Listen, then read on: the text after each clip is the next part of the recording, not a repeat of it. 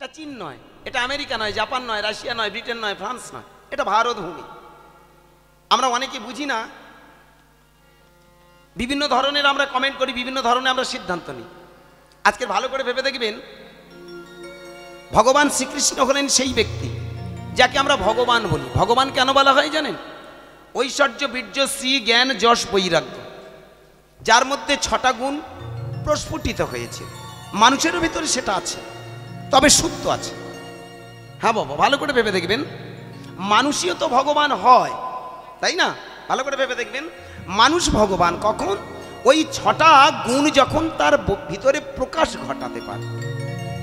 এই জন্য একটা কথা জানবেন, মানুষ কর্মগুণে ভগবান হয়, দেবতা কবু আসেন।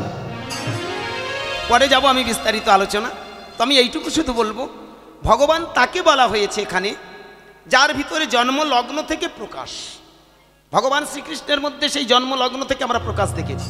একটা 7 বছরের শিশু একটা গিরি গোবর্ধনকে ধারণ করেছে, এটা আমার আপনার পক্ষে সম্ভব না। কি বলুন, সম্ভব কি? তাহলে সেই জায়গায় দাঁড়িয়ে ভগবান কৃষ্ণ জন্মলগ্ন তিনি থেকে যার মধ্যে 6টা গুণ, ঐশ্বর্য, বীর্য, শ্রী, জ্ঞান, যশ, বৈরাগ্য। ঐশ্বর্য বলতে গেলে আমরা এই টাকা পয়সা ভাববো না। আমরা এখানে ঐশ্বর্য বলতে যেটা ভাবি, ওর অনেক টাকা আছে, ও অনেক ঐশ্বর্য আছে, ধন সম্পদ।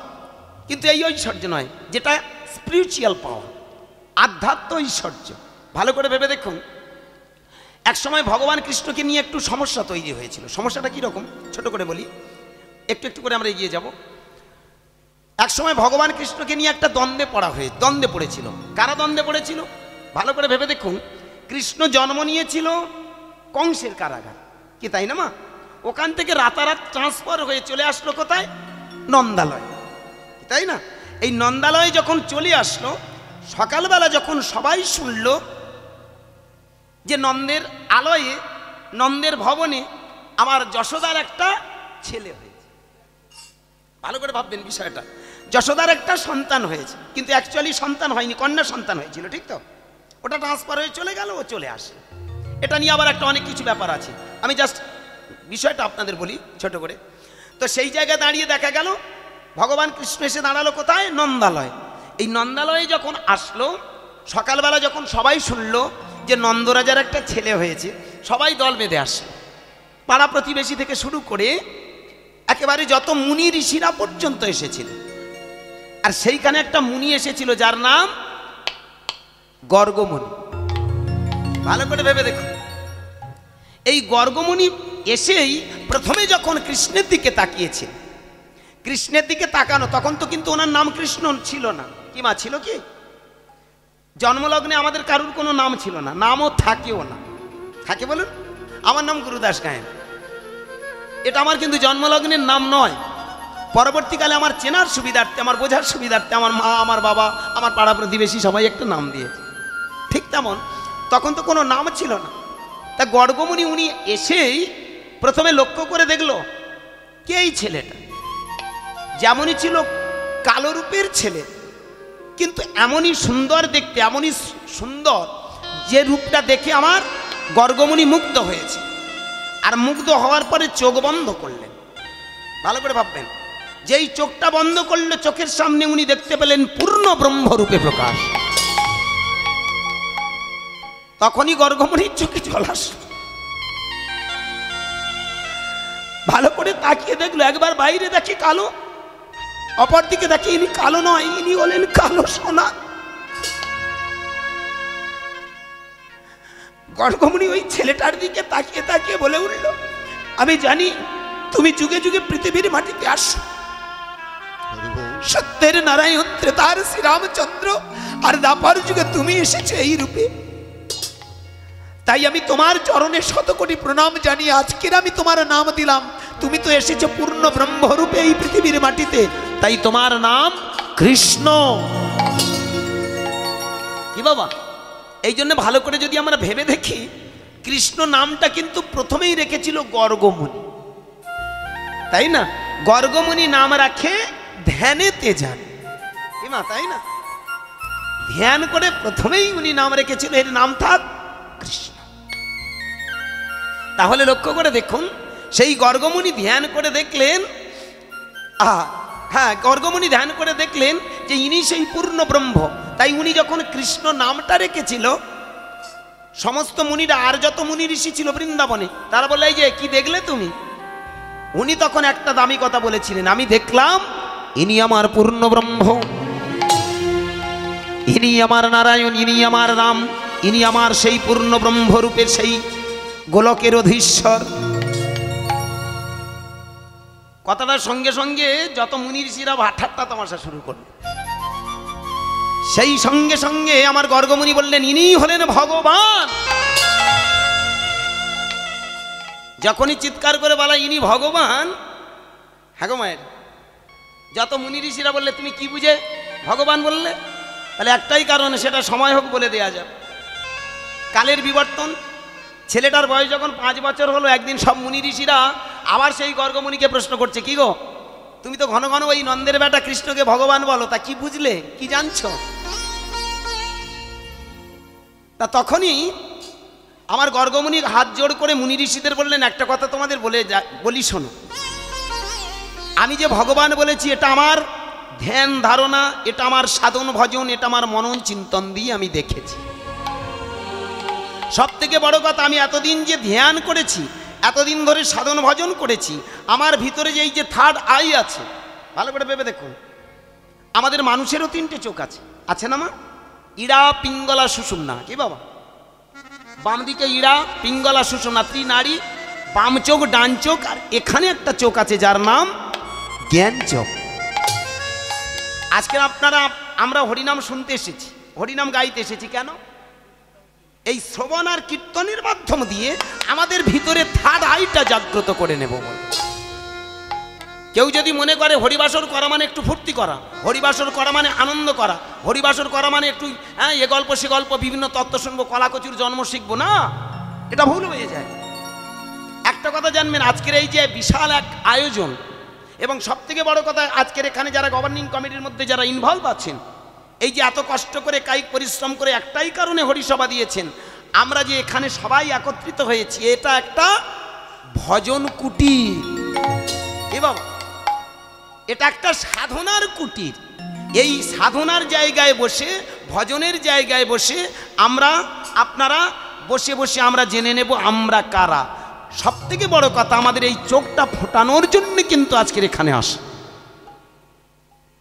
এই জন্য ভালো করে ভেবে দেখবেন, আমরা এখানে যারা এসেছি, আমরা তৃতীয় নয়নটা জাগ্রত করাবো বলে এসেছি, ওই ফুর্তি আনন্দের জন্য না। আমি দুটো ভাই রিদিমের গান গাইব, আপনারা শুনে সন্তুষ্ট হবেন। হ্যাঁ, কে আনিল রে, কোথায় ছিল রে, রাধে রাধে জপা কর, ভালো খুব হচ্ছে, এটা কীর্তন না। তথাকথিত আজকের দিনে কীর্তনের নামে একটা ব্যবসা ছাড়া কিছু নয়।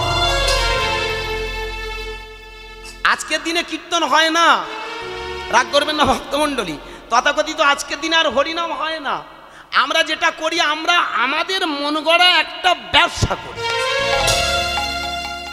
আমরা হরিবাসরে দাঁড়িয়ে চাই আপনারা অন্ধ থাকুন, আমরা সবসময় চেষ্টা করি আপনারা মূর্খ থাকুন। আপনারা যতদিন অন্ধ থাকবেন, মূর্খ থাকবেন, আমাদের মতো সিটিং বাজরা ব্যবসা করে চলে যায়। প্রেম সে বলো নিতাই হরি বল। যে কারণে আজকের কীর্তন নয়, এটা আমাদের মন গড়া। কীর্তনের প্রকৃত অর্থ হলো হই হল্লা নাচা গান নয়, কীর্তনের প্রকৃত অর্থ কি রাতন। ভাববেন আমার কথাগুলো। এই যে স্রষ্টার সৃষ্টিতে, যাকে আমরা ভগবান বলছি, স্রষ্টা বলছি, সর্বেশ্বর্বা বলছি, সুপার লর্ড বলছি, অল ইন অল বলছি, তিনি করুণা করে আমাদের এই যে হিউম্যান বডিটা তৈরি করে দিয়েছেন। দেখেছো মা, গুছানো সম্পদ। চোখের জায়গায় চোখ, কানের জায়গায় কান, নাকের জায়গায় নাক, মুখের জায়গায় মুখ, জিহ্বার জায়গায় জিহ্বা, হাড়ের জায়গায় হাড়, লিভারের জায়গায় লিভার, স্টমাকের জায়গায় স্টমাক, কিডনির জায়গায় কিডনি, রক্তে মাংসে গড়া সুন্দর করে সাজিয়েছে, তাই না বলুন? এই যে যন্ত্রটা আবিষ্কার করে দিয়েছেন তিনি, সেই আবিষ্কর্তা, যিনি আবিষ্কার করে আমাদের পাঠিয়েছেন, কোনোদিন ভেবে দেখেছি কত বড় নিখুঁত কারিগর? তাহলে তার দেয়া এই যে রত্নটা, এটা কি রতন, খুঁজে নেয়ার নাম হলো কীর্তন।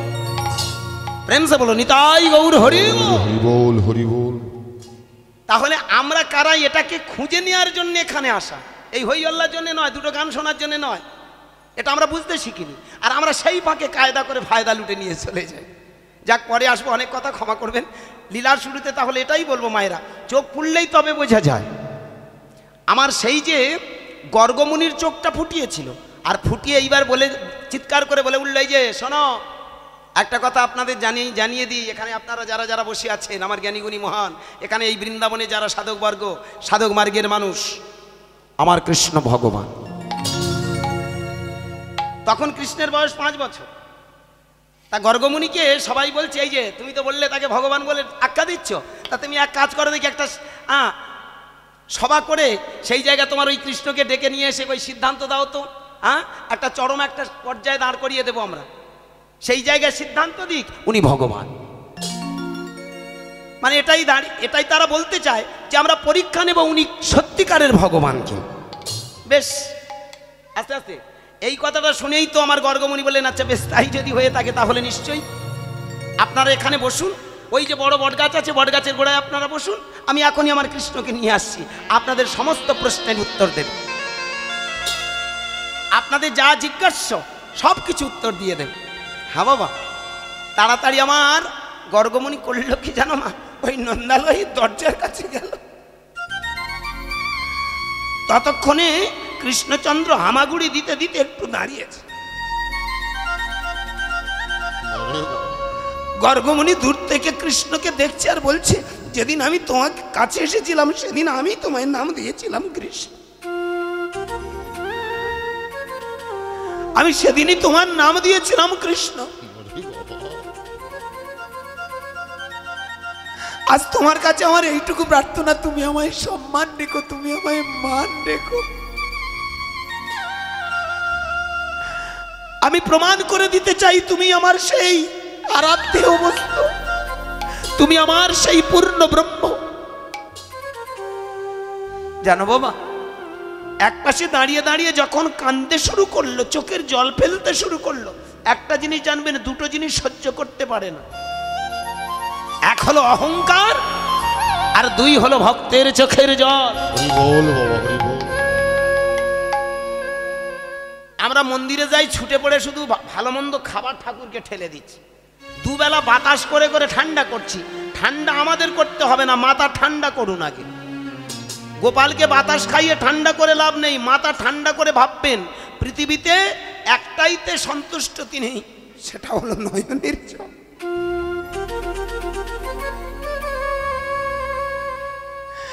নয়নের জল ফেলতে ফেলতে যখন আমার সেই গর্গমুনি এক পাশে দাঁড়িয়ে আছে, 5 বছরের কৃষ্ণ ধীরে ধীরে কাছে এসে জিজ্ঞাসা করছে, কি গো তুমি কাঁদছো কেন গো? কৃষ্ণ রে, আজ আমি এসেছিলাম তোর কাছে,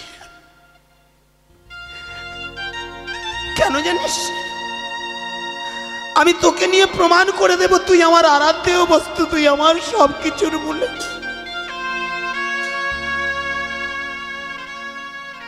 ছোট্ট কৃষ্ণ আস্তে আস্তে এসে গর্গমুনির হাতটা চেপে ধরে বলে বলল, ঠিক আছে তাই হোক,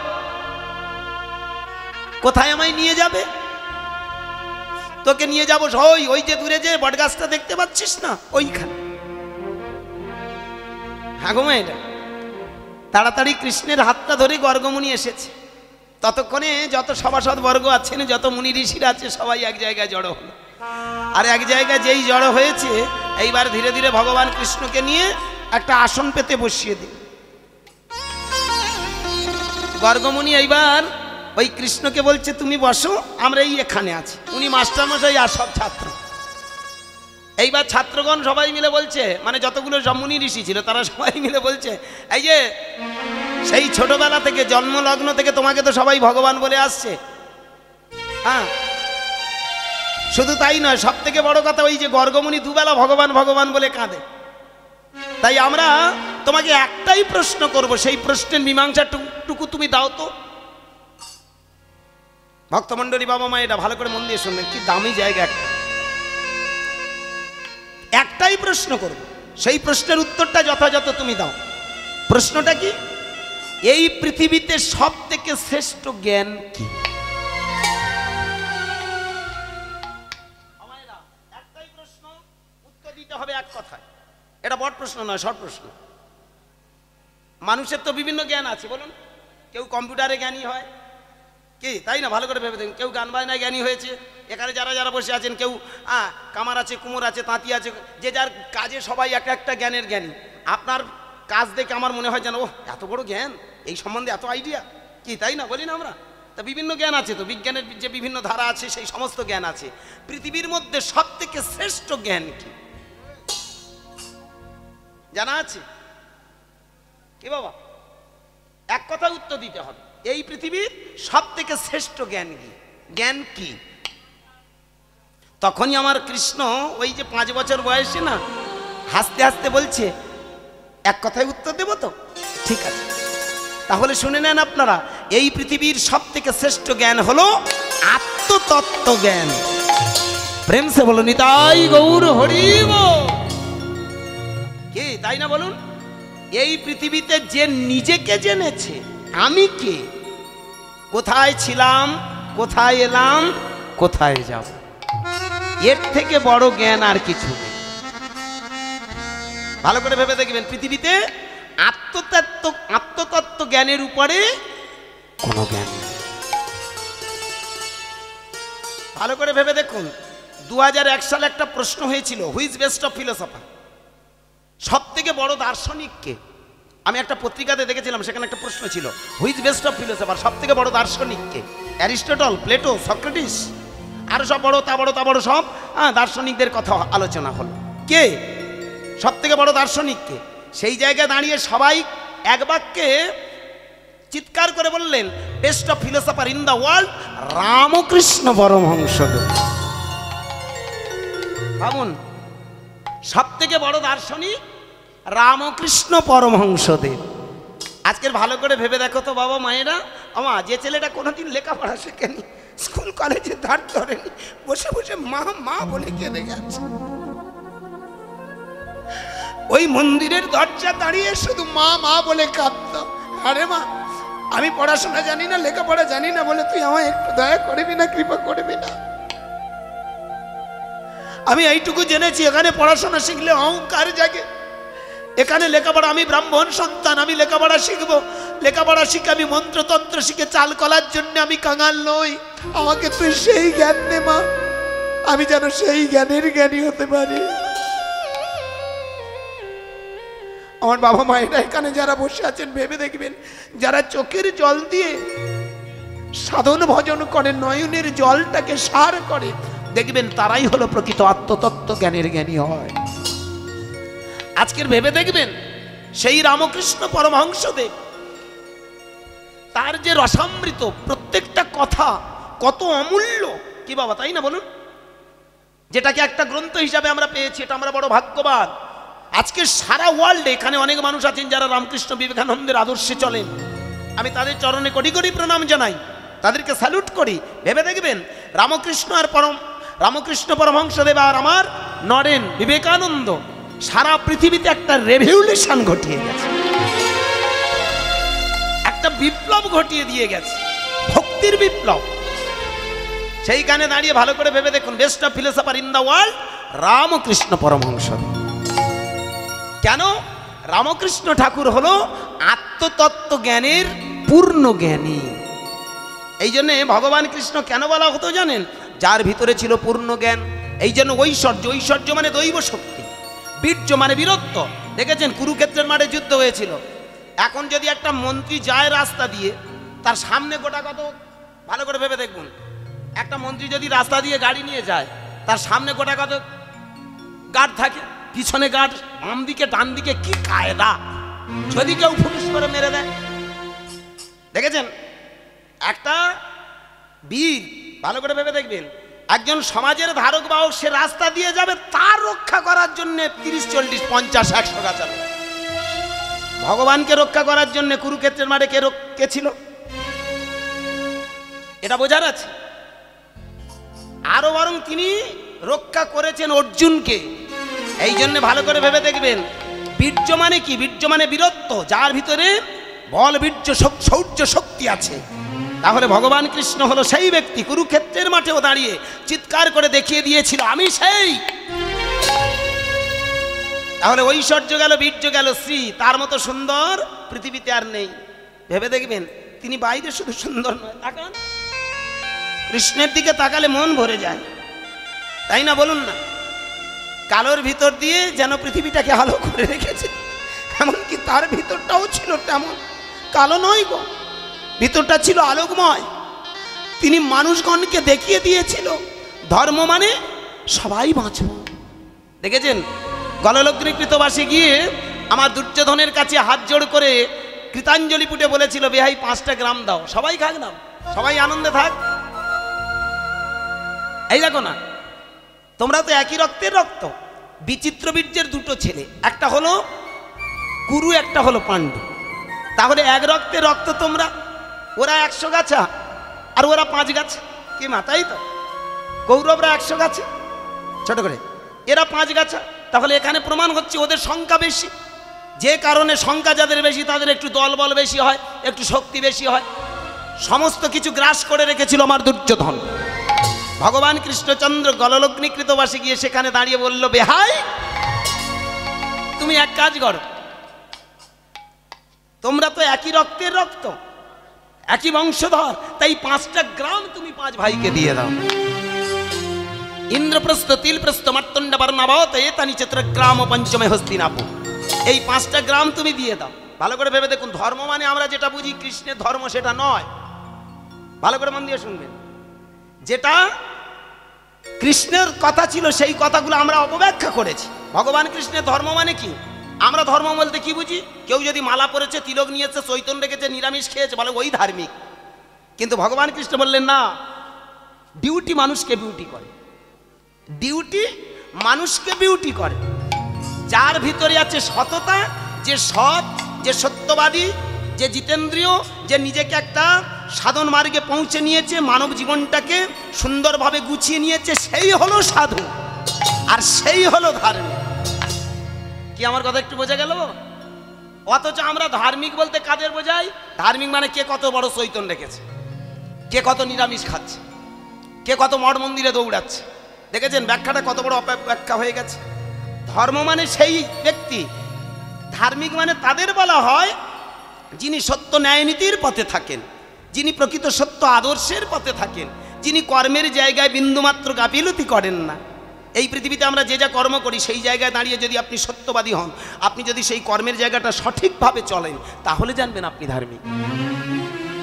আমার ভগবান কৃষ্ণ সেইখানে বললেন সেই ধর্মের জায়গাটা আজকের শেষ হয়ে গেছে। কারণ একটাই কারণে, রাজা দুর্যোধনও মানুষ, আমার এদিকে পাণ্ডুরাও মানুষ, তাহলে একজন ভালো মন্দ খাবে, একজন খেতে পাবে না, এটা কোন ধর্ম? এইখানে দাঁড়িয়ে গলায় কাপড় দিয়ে কৃষ্ণচন্দ্র গিয়ে বললেন 5টা গ্রাম চাই। কি কি?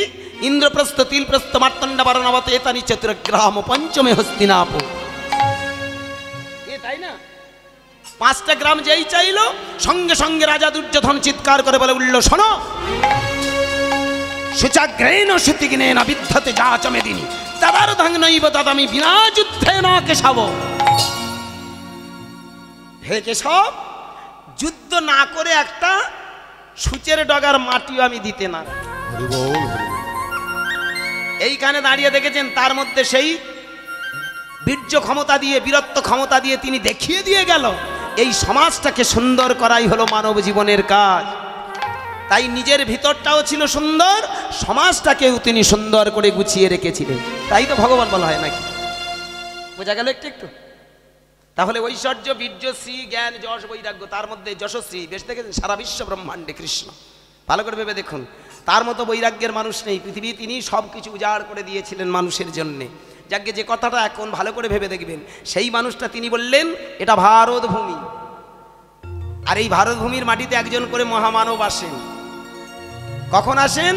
যখন ধর্মের অবক্ষয় হয়, যখন ধর্ম মানে কি? মানুষ কর্ম থেকে যখন বিচ্যুত হয়, সত্য থেকে হারিয়ে ফেলে, সত্যটাকে হারিয়ে ফেলে অন্যায়ের পথ ধরে নিজেকে ভালো রেখে অপরকে শোষণ করে যায়, তখনই যে সমাজটা বিশৃঙ্খলার সৃষ্টি হয়, সেই জায়গায় দাঁড়িয়ে একজন করে মহামানব আসেন। তাই 500 বছর আগে নবদ্বীপের মাটিতে একটা ছেলে এসেছিল যার নাম নিমাই গৌর।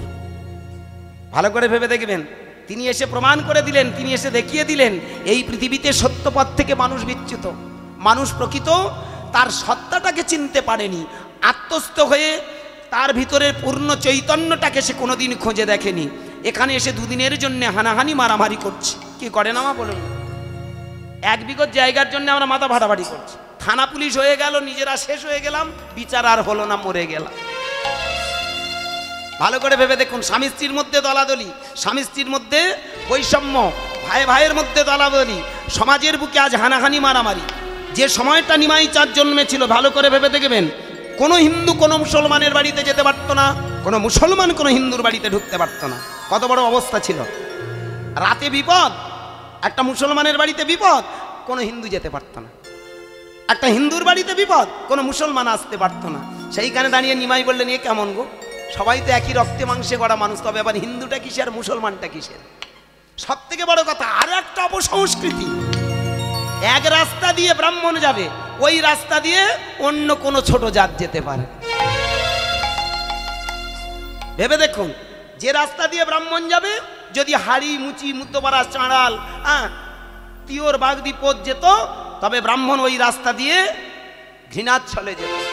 ভালো করে ভেবে দেখবেন, ওইখানে দাঁড়িয়ে কোনো ছোট জাত যদি রাস্তার এক পাশে দাঁড়াতো, ভুল করে যদি ছায়াটা ডিঙিয়ে যেত, তবে সেই ব্রাহ্মণ গঙ্গায় স্নান করে ফিরত। আমার নিমাই চাঁদ বললেন, এ কেমন গো, মানুষ তো আমরা সবাই, তবে এত ভেদাভেদ কেন, এত বৈষম্য কেন? সব থেকে বড় কিসের জাত? মানুষ চিনতে পারেনি তার নিজের সত্তাকে, মানুষ জানতে পারেনি সে কে। তাই নিজের সত্তাকে জানার জন্য, নিজের ভিতরের পূর্ণ ব্রহ্মটাকে খোঁজার জন্যে, আমি কে, এই প্রশ্নের মীমাংসার জন্য দুটো বাহু তুলে গাইলেন হরিনাম। আজকের এই যে আমরা হরিনাম গাই, ভালো করে ভেবে দেখবেন, অনেকে বলে হরিনাম করলে কি হয়, পাপ দূর হয়, বলে তোমা। এটা জানবেন আমাদের মতো জালি চিটিংবাজদের কথা। আমরা মারাত্মক জিনিস। আমরা হরিবাসরে আসি আপনাদেরকে মূর্খ বানানোর জন্য। আমি প্রথমেই কথাটা বলেছি, রাগ করবেন না, কষ্ট পাবেন না। আপনারা যত মূর্খ থাকবেন, আপনারা যত অজ্ঞানী থাকবেন, আমাদের মতো সিটিংবাজদের ব্যবসাটা তুখোড়। যতই আপনারা চালাক, নিজেকে চালাক ভাবেন না কেন, ভালো করে ভাববেন, আমরা তার থেকে বেশি চালাকির ঔষধ খেয়েছি। একটু আগে অম্বল হয়েছে, যেমন আমি একটা ট্যাবলেট খেয়ে নিয়েছি। হ্যাঁ গো মা, ভাত খেয়েই সঙ্গে সঙ্গে বেরিয়েছি। বউটার বলেছি, একটু তাড়াতাড়ি দুটো রেঁধে দাও দেখিনি। এই যেটা খেলাম ওটা অন্য কিছু না, এটা ডাইজিন ট্যাবলেট বাবা, মিথ্যে কথা নয়। হরে কৃষ্ণ। হ্যাঁ গো, হ্যাঁ গো, ভালো করে ভেবে দেখেন, দুটো ভাত খেয়ে সঙ্গে সঙ্গে এখানে এসেছি। এসেই যে হারে বৃষ্টি হলো, কিছু করার নেই, আধা ঘন্টা বসে আছি ওই পাশে গো, কোনো রসমতেই ভিতরে ঢুকতে পারছি না। লাস্টে বাবাকে ফোন করলাম, বাবা ঠাকুর আপনারা একটু দয়া করে আমাদেরকে একটু কি করার আছে বিধি ব্যবস্থা করুন। এখান থেকে অটো পাঠিয়ে দিল, অটো করে চলে আসলাম। এসেই সঙ্গে সঙ্গে যে বাবুর বাড়িতে এসেছি, বাবু জানেন, এসে সঙ্গে সঙ্গে বাবা কি খেতে দেবো, আমি বলি বাবা খাওয়া পরে হবে, গানের শেষে ভাবা যাবে, এখন আমাদের স্টেজ আগে। আংমাং করে চলে আসলাম। যাক ভক্তমণ্ডলী, হ্যাঁ গো মায়েরা, ভেবে দেখবেন, এই যেমন আর কী করবো, ওই সঙ্গে সঙ্গে একটু দেখি পট করে একটা অম্বল হয়ে গেল, একটা ডাইজিন মেরে দিলাম, কারণ 4 ঘন্টা তখন চেল্লামিলি করতে হবে রে বাবা, নি তাই গৌর হরি বল হরি বল। যাই হোক, একটা ট্যাবলেট খেয়ে নিলাম। ভালো করে ভেবে দেখুন, আমরা চালাকি, আপনারা যতই চালাক ভাবুন না কেন, তার থেকে চালাক আমরা বেশি।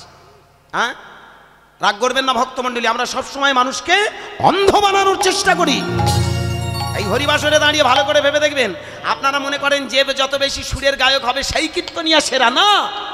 কীর্তনিয়া তাদের বলা হবে যাদের ভিতরে আত্মতত্ত্ব জ্ঞান আছে। আর আজকের এই হরিবাসরে আমরা সবাই উপস্থিত হয়েছি সেই আত্মতত্ত্ব জ্ঞানের জন্য। ভালো করে ভেবে দেখবেন, এই যে হরিনাম করলে পাপ ক্ষয় হয় না, এটা মূর্খদের কথা। খুব কাঁচা কথা বলি, ক্ষমা করবে। যারা বলে হরিনাম করলে পাপ ক্ষয় হয়, তাদেরকে একটু জিজ্ঞাসা করে দেখুন তো, হ্যাঁ বাবা, পাপ যদি ক্ষয় হবে, তাহলে এই পৃথিবীতে আমরা তো শান্তিতে থাকার কথা, বলো মা। শেষ পর্যন্ত কেন এত গাঁটের ব্যথা হবে, কেন এত চোখের ব্যায়াম হবে, কেন এটা সেটা যন্ত্রণা ব্যাধি হবে? প্রশ্ন। পাপ যদি ক্ষয় হয়ে যাবে, বলুন না মা, তাহলে তো শান্তি পাবো। কেন এত ব্যায়াম হচ্ছে বুড়ো বয়সে, বলুন না। পাপ ক্ষয় হওয়া মানে, এই হরিনাম শুনছি মানে পাপ ক্ষয় হচ্ছে, পাপ ক্ষয় হওয়া মানে তো শান্তি পাওয়ার কথা। শান্তিতে আছেন কি? প্রশ্ন। সোজা হয়ে বসতে গেলে মাথা খারাপ হয়ে যাচ্ছে, তাকাতে গেলে ঝাপসা দেখছি। হ্যাঁ, তাহলে আমার সব পাপের ফল যদি আমরা ভোগ করি, বলুন না কি বাবা, তাই না? তাহলে পাপটা ক্ষয় হলো কোথায়? আসলে বিষয়টা কি জানেন, আপনাদের এইভাবে টুপি পরিয়ে তো আমাদের ইনকাম করতে হবে। প্রশ্ন। আমরা আবেগে ফেলে দিই, যাতে করে আপনারা আবেগে পড়ে নস্টালজি হয়ে যাবেন, আর সেই সুযোগে আমরা সুরসুর করে পকেট ফাঁকা করে চলে যাব। আমরা মারাত্মক জিনিস। এই যে 60, 70, 80, 90, 1 লাখ 1,20,000 উঠেছে, ওই এবছরে মোটামুটি 2025 সালে 26 সাল পর্যন্ত 1.5 লাখ হয়ে যাবে, অসুবিধা নেই। প্রশ্ন। চারটে রবীন্দ্রসঙ্গীত, দুটো ভাটিয়ালি, গোটা কতক ভাওয়াইয়া, হ্যান ত্যান গান শুনে মানুষকে মুগ্ধ করে 3 ঘন্টায় 60, 70, 80, 1 লাখ। আমরা কি জিনিস? প্রশ্ন, ভাগ্যিস নিমাই চাঁদ এই সময় যদি বেঁচে থাকতো একটা ভালো টাকা কামিয়ে নিত। কালকেরই ফোন করেছিলাম রাত্রে, আচ্ছা আচ্ছা, গানে থেকে গিয়ে আমি বলি, বাবা ঠাকুর তুমি হ্যালো নিমাই চাঁদ বলছো? আমি বলি হ্যাঁ। আমি গুরুদাস বলছি, ছোটোখাটো একটা চিটিংবাজ। তা নিমাই চাঁদ বলছে হ্যাঁ বলো বাবা তোমার কি হয়েছে? আমি বলি বাবা তা তুমি সেই তো চলে গেলে 48 বছর বয়সে, তোমার তো পৃথিবী ছাড়া করে দিয়েছি আমরা, আর একবার নেমে এসো, একবার নেমে এসে অন্তত একটু কীর্তন করে আর একটু কিছু টাকা কামিয়ে নাও, অন্তত এসি রুমে দিন কত তো সুখে থাকতে পারবে। বলে না আজ যাবো না, যা পারিস তোরা করে খা। হরি বল, হরি বল। বাবা মিথ্যে কথা না, আমার নিমাই চাঁদ আর আসবে না। আমাদের যা কীর্তি কেলেঙ্কারি দেখে রাগ করবেন না। এখনকার দিনে আমরা যারা কীর্তনিয়ারা কিভাবে আবেগে ফেলে দিও, মা মালা পড়বে জানো মা, মালা না পড়লে দেহ শুদ্ধি হয় না, ভালো কথা। মালা পড়বে, তুলসী গাছ, আর এক কাজ করবে নিরামিষ খাবে, ভালো কথা, সেরা শরীর ভালো থাকে। আর তোমরা এক কাজ করবে, স্নান করার সময় হ্যাঁ জলে নেমে স্নান টান করে ওই ভিজে কাপড়ে এসে তুলসী গাছে জল দেবে জানো মা, 5-6 পাক খাবে। আচ্ছা, কারণ একবার দুবার নয়, 12-5 পাক খাবে। মানে আপনারা যত পাক খাবেন ভালো করে ভাবেন তত মাথা ঘুরপাক খাবে তো। হ্যাঁ, আর এই পাক খা নিয়ে আমাদের আবার কীর্তনিয়াদের মধ্যে পাকাপাকির গল্প আছে। 30,000 টাকার কীর্তনিয়া, সেদিন দেখি এ কথাগুলো না বলে আর থাকতে পারি। 30,000 টাকার কীর্তনিয়া উঠে দাঁড়িয়ে বলছে, বলে 5 বার পাক খেয়ে তুলসী গাছে জল দেবে। পট করে 40,000 টাকার কীর্তনিয়া তারপরে উঠে বলছে ও শালা ভুল বলেছে, ওটা 5 বার নয়, ওটা 7 বার। 40,000। এবার যে বেশি টাকা নিচ্ছে তার দাম বেশি। কি বাবা বলুন, আমি যে কথাটা বলে যাবো আমার পরে যিনি আসবেন সে তো আর যে কথাটা বলবে আমার থেকে তার দাম বেশি, তার থেকে আরো যে বেশি নেবে তার দাম বেশি, তার থেকে আরো বেশি যে দাম নেবে তার দাম বেশি। এবার কলটা কোথায়? 30,000 টাকার কীর্তনিয়া বলে গেল 5 বার পাক খেয়ে জল দেবে, দিলে ভগবান দর্শন হবে। ও মা, তারপরে 40,000 টাকার কীর্তনিয়া উঠে বলে শালা ভুল বলে গেছে। কারণ আমরা সব ল্যাং, বর্তমান দিনে কীর্তন তো নয়, ল্যাং মারামারি কারবার। আমি বড় হব, আমি বড় হব, তাই না? এবার সেই জায়গায় দাঁড়িয়ে বললো কি না ওটা 5 বার নয় 7 বার, ব্যাস 2 বার বেড়ে গেল, ভালো কথা। হ্যাঁ, তারপরে যিনি কীর্তনিয়া উঠলেন 80,000 টাকার কীর্তনিয়া উঠে বললেন ওরা ভুল বলেছে, ওটা 9 বার, ব্যাস ছিল 5 বার, হয়ে গেল 7 বার। তারপরে উনি উঠে বললেন 9 বার। কেন? মানুষের এই পাক খেলে নববিধা ভক্তি জন্মায়। শ্রবণ কীর্তন শরণ পদ সেবন বন্দন অর্চন দাস সক্ষ আত্মা নিবেদন। যে 5 বার বলেছে সে কি উত্তর কি বলে গেল জানো? তোমার এই পঞ্চদেহের পঞ্চভূতের দেহটা শুদ্ধ হওয়ার জন্য স্নান। যে 7 বার বলে গেল সে কি বলে গেল জানো মা? আসতে সে বলে গেল এই যে মনে রেখো এই 7 বার ঘুরপাক খাওয়ার একটাই কারণ, পঞ্চতত্ত্বের আশীর্বাদ আর রাধা কৃষ্ণের কৃপা।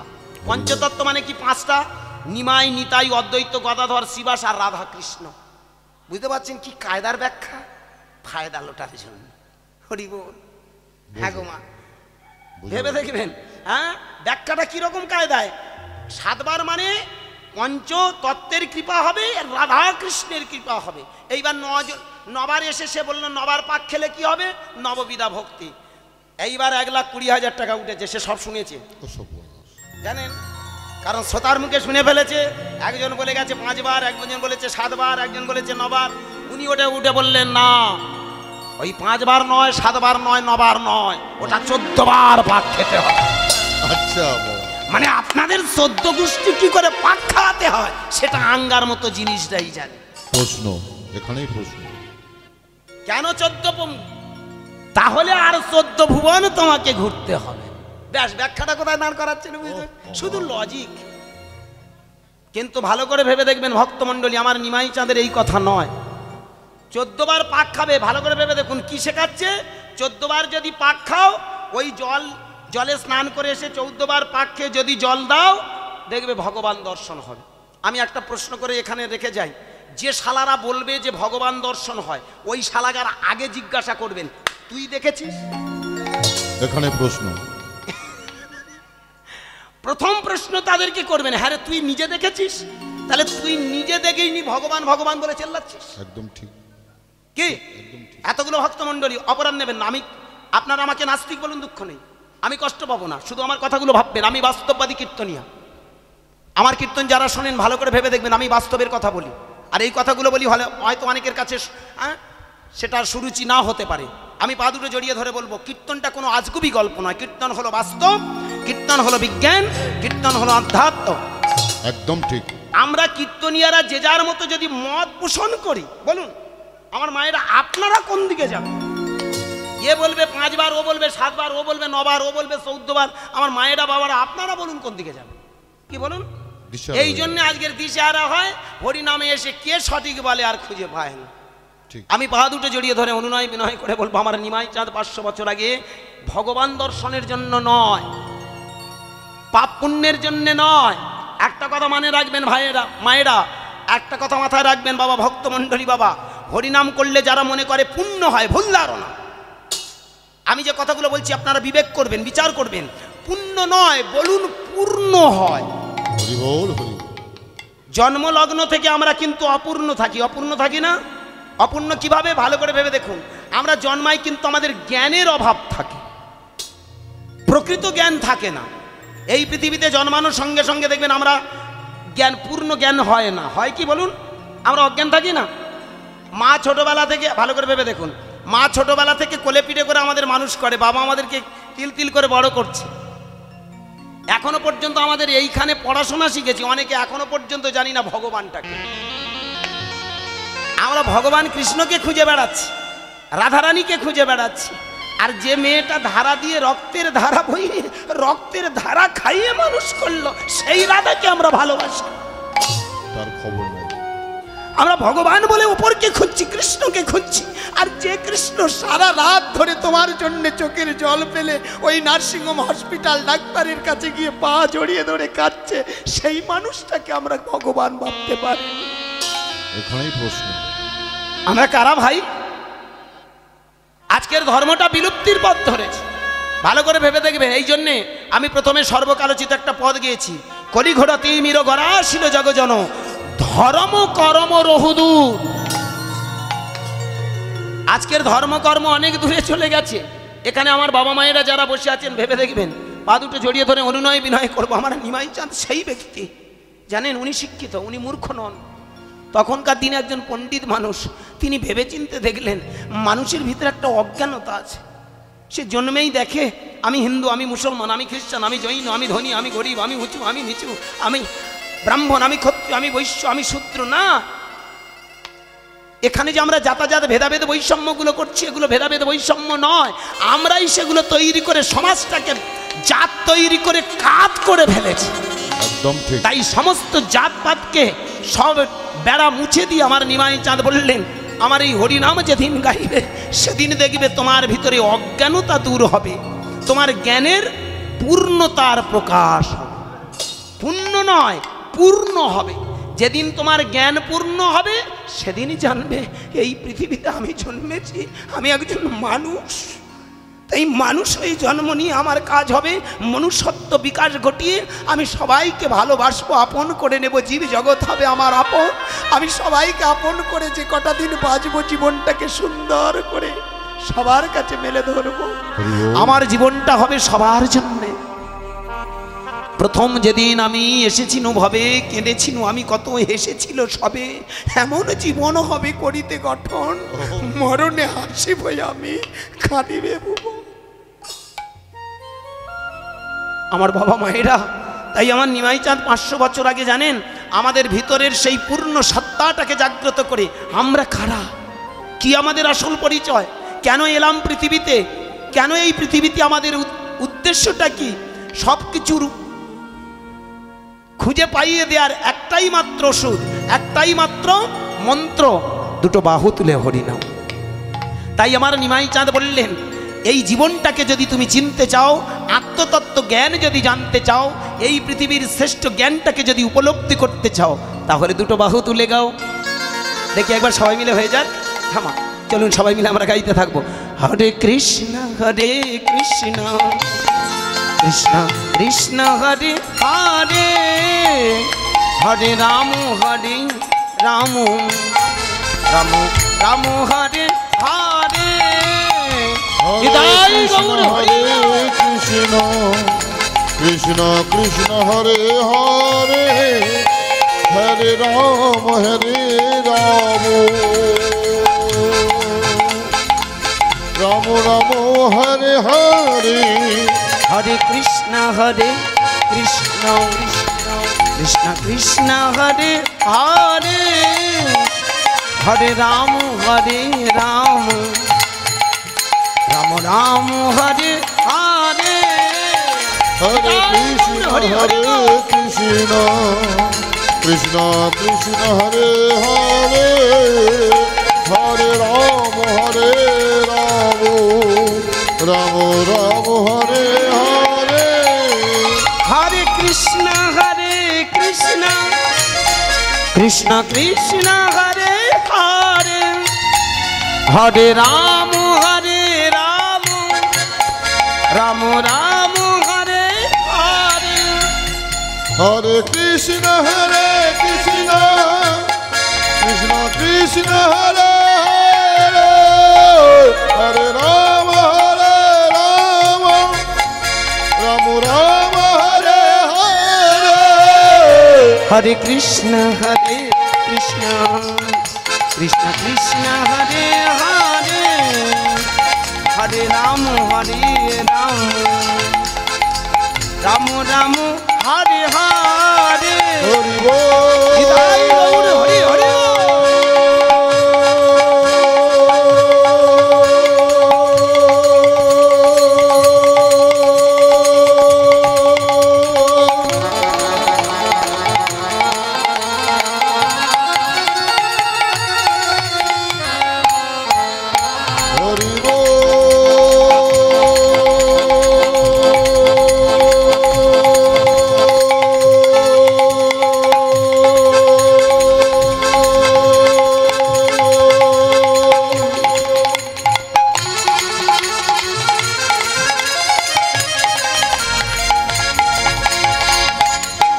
হরে কৃষ্ণ কৃষ্ণ কৃষ্ণ হরে হরে হরে রাম রাম হরে হরে হরে কৃষ্ণ কৃষ্ণ কৃষ্ণ হরে হরে হরে রাম রাম হরে হরে হরে কৃষ্ণ কৃষ্ণ কৃষ্ণ হরে হরে হরে রাম রাম হরে হরে